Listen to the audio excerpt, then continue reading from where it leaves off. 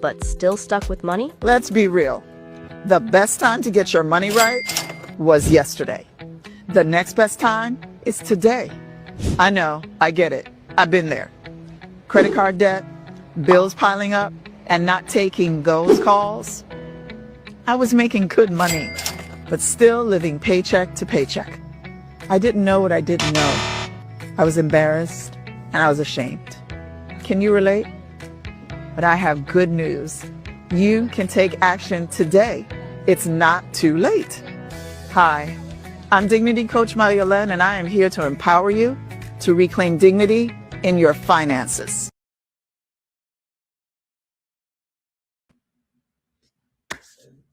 Hello, everybody. I'm wearing my green sweater today, not just because it's color of money, but because spring is around the corner and I need it, that it would become warmer fast, because it has been a cold winter, y'all, and we need as much heat and sunshine as we possibly can. So welcome back, for some of you, to Dignity in Dollars, where we meet to discuss money trauma and get the tools to heal our trauma, change our relationship with money, and reclaim our financial dignity and create wealth. I'm your host, Financial Dignity Coach MarieYolaine, and I'm so very glad. I just realized I do not have my mic and I need it. So I'm going to get it.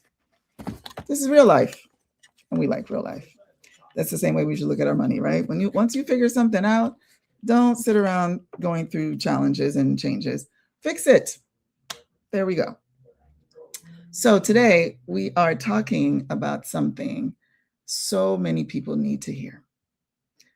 I need you to know that consistency beats perfection every single time. If you've ever told yourself, I already messed up, so what's the point? I missed a week, so I failed. I need to do this perfectly or not at all.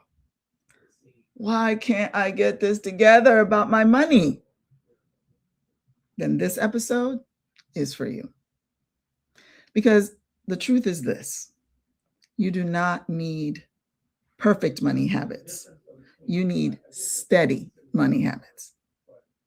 Today, we're going to talk about all or nothing thinking, getting back on track without shame, and building a money life that lasts. And before we get into it, I'm going to ask you to do me a favor. Please like, share, and tag someone who needs to hear this. Because I am sure that if you're listening to my voice right now, I'm sure you're thinking, oh my gosh, yep, yeah, they definitely need to hear this. So if that person's coming to your mind, don't wait. Share. It'll be the nicest thing you've done for them. I promise you, they will appreciate it. So let's get right into it. A lot of people do not struggle because they do not care. They struggle because they are trying to do money in a way that feels too hard, too strict, and too perfect. And maybe that's you. Maybe you made a budget once and didn't follow it exactly. Maybe you overspent and felt ashamed. Maybe you saved for a while and then stopped. Maybe you got tired and thought, I'm bad at this.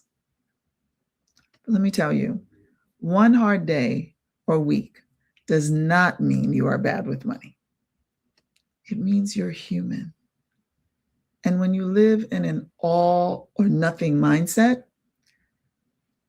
one mistake can mean too much and overshadow all of what you've accomplished, all of the traction. This is also the throw the baby out with the bathwater. You say, I missed one day, so I quit. I spent too much once, so I failed. I cannot do all of it, so I will do none of it. This mindset may make you feel better, but it is not better for you. That mindset keeps you stuck. So Glad you're here. So I want to give you some simple truths, some information and facts you need to know about, and then what can we do about it? So, simple truth number one, and a statistic you should know. Money stress is real for a lot of people. You're not the only one trying to breathe under pressure. The American Psychological Association says that over half of Americans are thinking about money, stressed out about money, leading to headaches, migraines, shortness of breath, heart palpitations, depression. These are real things that this false evidence that's appearing real to you has real consequences to you physically, emotionally, psychologically, and spiritually. It's not a small thing. Money is such a big part of our lives. We learn of it and its value quickly and early as children, but we're not ready to process it. And also, it's important to say this is a generational problem. Our parents did the best they could with the information that they received from their parents. Even children who grew up in rich families, wealthy families, if it was just about the money, those people should be the happiest people in the world. But I think we can agree that is not the case. Money does not buy happiness. It absolutely pays the bills, makes life easier. It is the grease that, lubricates the wheels. But it is not the key to happiness. So addressing these things is important. Here's another one. Bankrate found that only 46% of Americans have enough money in their emergency savings to cover 3 months of expenses. And 24% have no emergency savings at all. So if you're still building, you're not alone. And if you remember, during and after COVID, this 3 months of expenses thing, what I teach in our Master Your Money Without a Budget You Hate, which if you want to know more information about that, just go to focusfire.life/master your money. And you can sign up for the next workshop. All of the information is there. But this is something that we talk about because 5 years ago, it used to be that it was 3 months. Now it's 6 months, it's 9 months, it's a year. And why is that? Because it's taking longer for people to find jobs. I'm sure you know somebody who was laid off or got fired or the business closed, and it took them almost 2 years to find another job. As they say, looking for a job is a job. Because think about the time it takes you to put your resume together, get it out on all of the boards. And then you may get called in, but it could be 6, 7 interviews in before they make a decision. And that decision might not be yes for you. So then you got to start the process all over again. So imagine that's about 3 months. So if that happens to you 4 times, that is a year. So add to that stress that you don't have emergency savings to cover the time it's going to take you to find a job, or that they gave you a month severance and you're part of the 24% that have no emergency savings at all. That is a lot of stress that's going to show up in your body. So I'm letting you know, if you're still building, you are not alone. It is important to get in community and to be in places where the people that you are with in that community are going through the same thing that you are going through, and this is the important part, have overcome it. Because then they can give you data, encouragement, accountability, information that you need to make your plan. And also, it's hope that somebody who's going through what you're going through made it. They made it. So you know that there is light at the end of the tunnel and there is something on the other side. So this is why I encourage you to keep going. And this one, The American Psychological Association says that perfectionism is not, I repeat, not the same as healthy excellence. Not. You're trying to achieve perfection is the absolute wrong goal. And it is tied to a higher risk of anxiety and depression. So perfection is not helping you heal. That means that this conversation that we're having is not just about money. It's also about how you talk to yourself when money feels hard. So let's dig into this a little bit deeper. All or nothing thinking sounds like I have to do this all the way right, every single time. I have to catch up all at once. I have to be perfect to make progress. The only problem with that is real life does not work like that. And you have already piled on a bunch of heavy levels of expectation on yourself, and you haven't even started yet. So imagine you're at the starting line on a track field to run, and you're next to the other people, and you get in position, and they say, ready? You ready? And before the gun goes off, somebody walks over with a bag of bricks and puts it on your back. So you haven't even started running yet, and it's already heavy. As opposed to you've practiced, you've hydrated, you've stretched, you got your mind right, you meditated, and you can see the finish line. You are focused, you are on the starting line, you are ready to go. That's a completely different mindset. One is one of winning because of preparation and of making many mistakes, being up at 5 o'clock in the morning, running at the track, putting the reps in.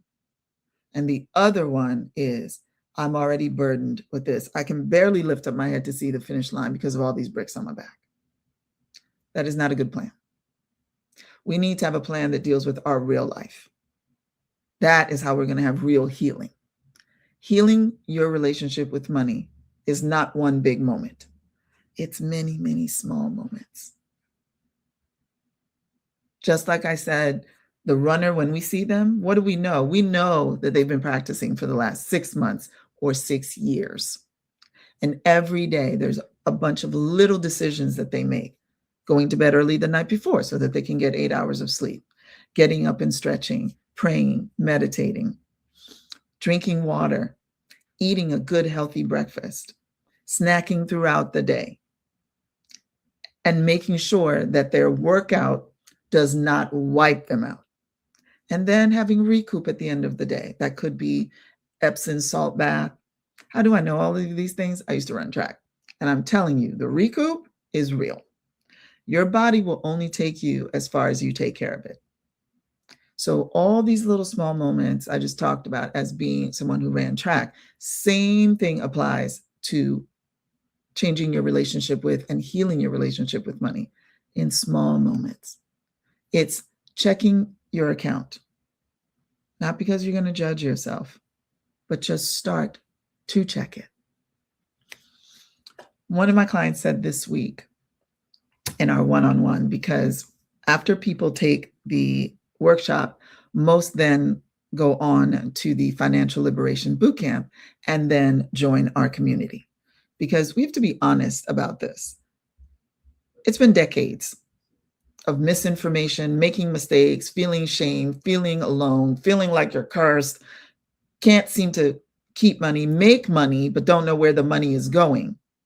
All of that, you can't fix that overnight. And I say this all the time, we don't do miracles and we don't do magic. We do work. Good morning, Linda Sam. Thank you for joining us today. I see you. So I say that in the sense that the folks who are in the community and have been there for like 6 months, their mindset is changing. They will now look at their account, something 6 months ago they were terrified to do, stressed them out, broke out in hives. Now it's, I'm checking my account. Once you start to do that, you will start to see how your mind is changing, and you'll look at your account and you'll see things you did not see before because the blinders are off now. You can see. The rose-colored glasses are off now. You can see. There's others in the group paying their one bill. Don't come with the pack of this because you'll be like overwhelmed. Then you're like, I'm done. I'm leaving. I can't. Save one small amount. It doesn't, excuse me, it doesn't matter that you get a piggy bank and you put a quarter in it every day.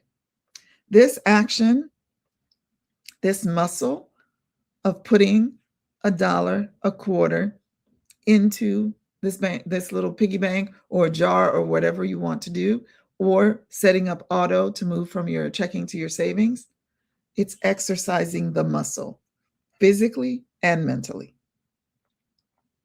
Once you start to do that, I promise you, it's like peeling back an onion. You're going to learn so much about yourself. And you're going to learn so that you know how to fix these things. Because most of us were just ignorant. We didn't know any better.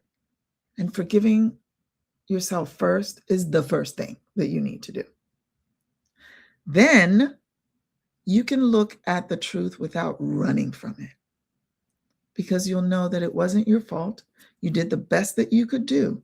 And the people who were before you, they did their best too.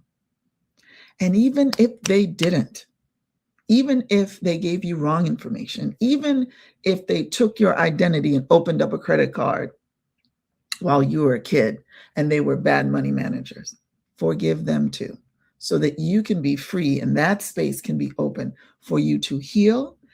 And then you can change your money story and it'll be yours. And then you can live your life from there.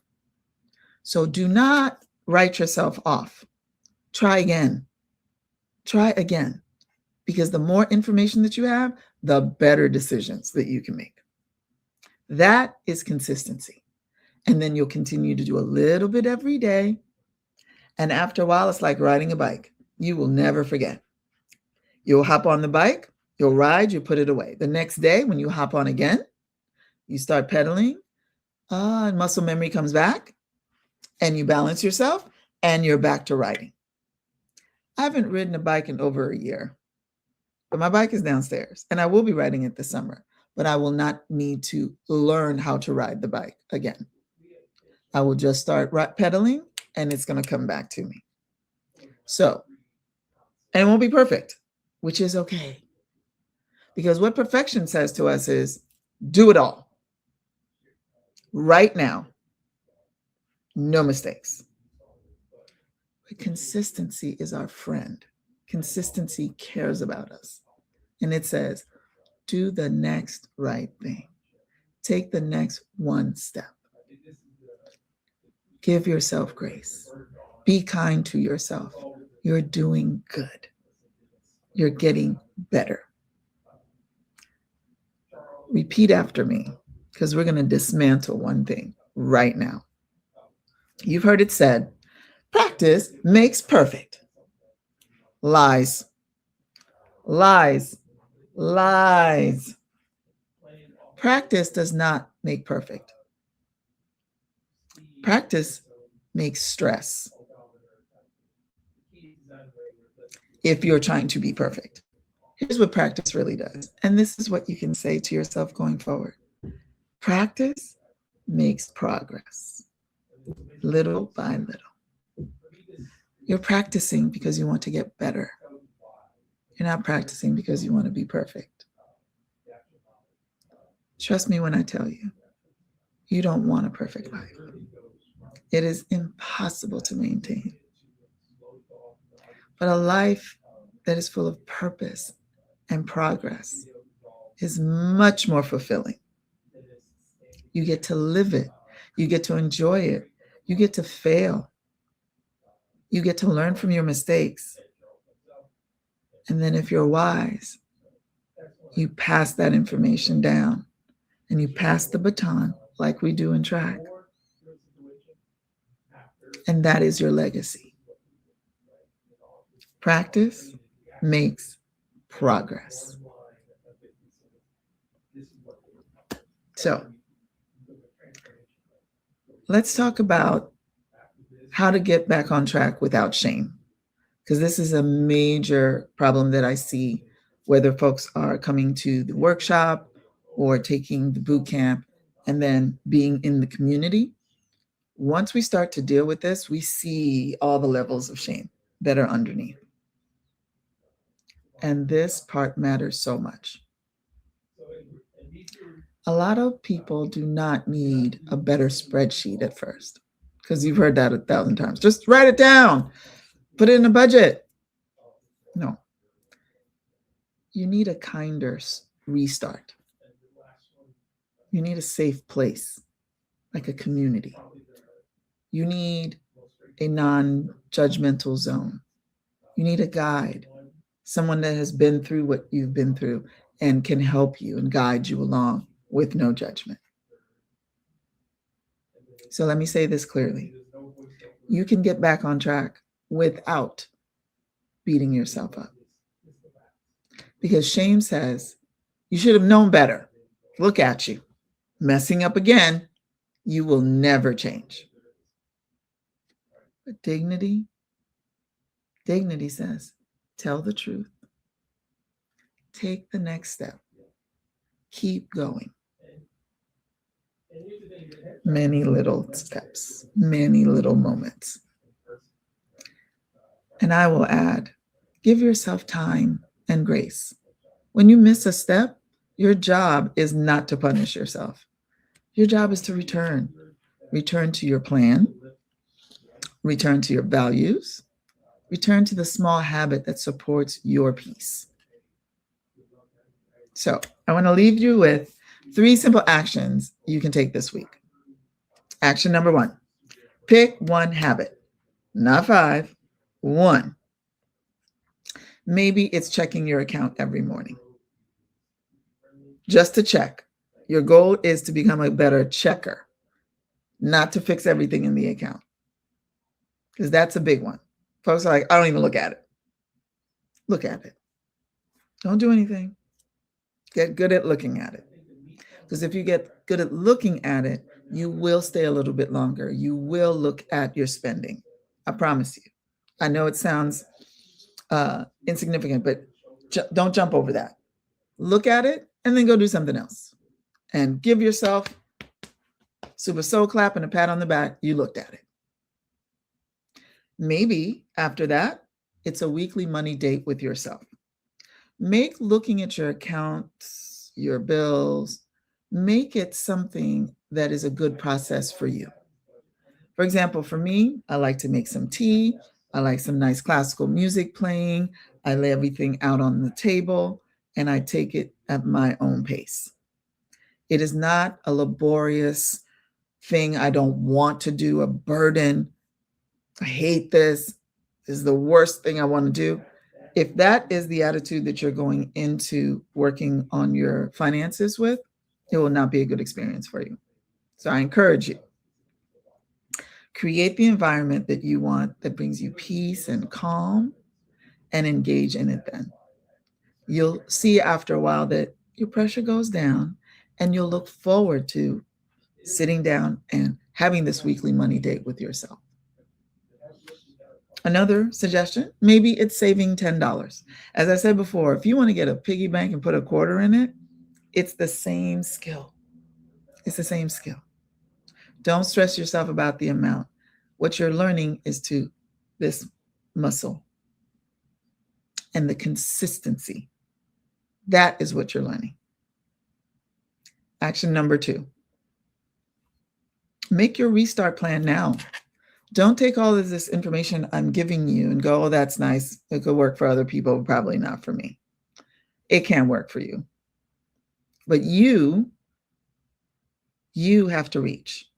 I cannot put this in your hand. I can put it in your reach, and then you reach for it. You grab it, and you make your restart plan. Today, ask yourself, if I get off track, what will I do next? Your answer could be, I will look at my account. I will review my spending, or I will begin again the next day. Give yourself that grace, please. You'll be happy that you did. Number 3, measure progress in honesty, not perfection. I know I've said that multiple times during this episode, and I did it on purpose because I know this perfection spirit is real. It will destroy lives if allowed. And what you don't want to do is get at the end of your life and look at all of the things you wanted to do, but you didn't do them because you were trying to maintain this perfect exterior. You know what I love looking at? Babies. They're hysterical. When you look at them, they don't know about walking or standing up or any of those things. I have never seen a baby who got up and then fell right back down in their diaper who didn't laugh or who didn't look around like, that was interesting. So when I try to get up, I might fall down. Got it. And do you know what they do? They don't even speak a language at this time. They made a decision in their head, they're going to try it again. And then they just keep trying it until they master standing up. Then they're like, what are these two long things on the floor? They don't even know it's legs, but they're looking around and they're like, huh. So when people do this, the tall giant things, it gets them from one place to another. I want that. I want that. So they start off by holding on to the sofa or the chair, and then eventually they let go. And they fall down. And they're like, oh, I remember this. All I got to do is get back again and try again. This is the mindset we need to be in. Not judging, not looking around to see who saw me fall and who's going to look at me and make fun of me. Half the time they're laughing because they think it's funny. So if you measure your progress in honesty, not perfection, add to that, did you tell the truth? Did you look? No judgment. Did you try again? That is progress. That is a much better experience. I hope you got something out of today. I hope that you leave this episode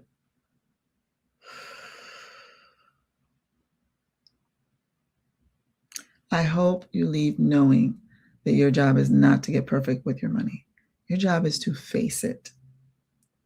And the only way you do that is in community, with a guide, with the tools and resources that will help you in an environment where you're not being judged, where you can learn to give yourself grace and forgive yourself. So if this message is speaking to you, I want to invite you to go deeper with me inside my 4 keys to master your money without a budget you hate. This workshop is here to help you understand your money, build a system that works for your real life, and stop living in confusion and shame. Make steady, clear progress, not just by yourself, but with other people. You do not need more pressure. You need support and strategy and a system that you can return to. I want to leave you with this. You're not behind because you are imperfect. You are growing because you keep coming back. Your money journey does not need to look perfect to be powerful. Small steps count. Honest steps count. Steady steps count. So I want to thank you for being here with me today on the Dignity in Dollars podcast. If this has helped you, please share this live. Tag someone who needs encouragement. Follow Focus Fire on Instagram and Focus Fire Life. I'm sorry, I said that wrong. Focus Fire Life on Instagram and Focus Fire on Facebook. And register for the 4 Keys to Master Your Money workshop. And remember, you do not have to be perfect. You just need to keep going with dignity. This is exactly why I do the work I do. Because before many people are ready to sit down and create a budget or meet with a financial planner, they need clarity. They need to understand their habits, their numbers, their patterns, their limiting beliefs, and fears about money in order to plan their next steps. This is the work of financial literacy. So I encourage you, join the workshop. Join the workshop. It is going to help you not just start, but knock down that one domino and then. So don't wait till the pressure gets worse. Don't wait till you have only a month's worth of funds in the account. Don't wait. We're already in tax season and all these other things that are sources of stress. Get your money together by coming to the workshop. Go to the website and sign up. Remember, your money should support your life, not control it. You're allowed to make intentional mistakes and choices. You're allowed to grow. You're allowed to heal your relationship with money. And always remember, what you desire, you deserve. I'm praying peace and healing with you, with your money, over you. I'll see you next time.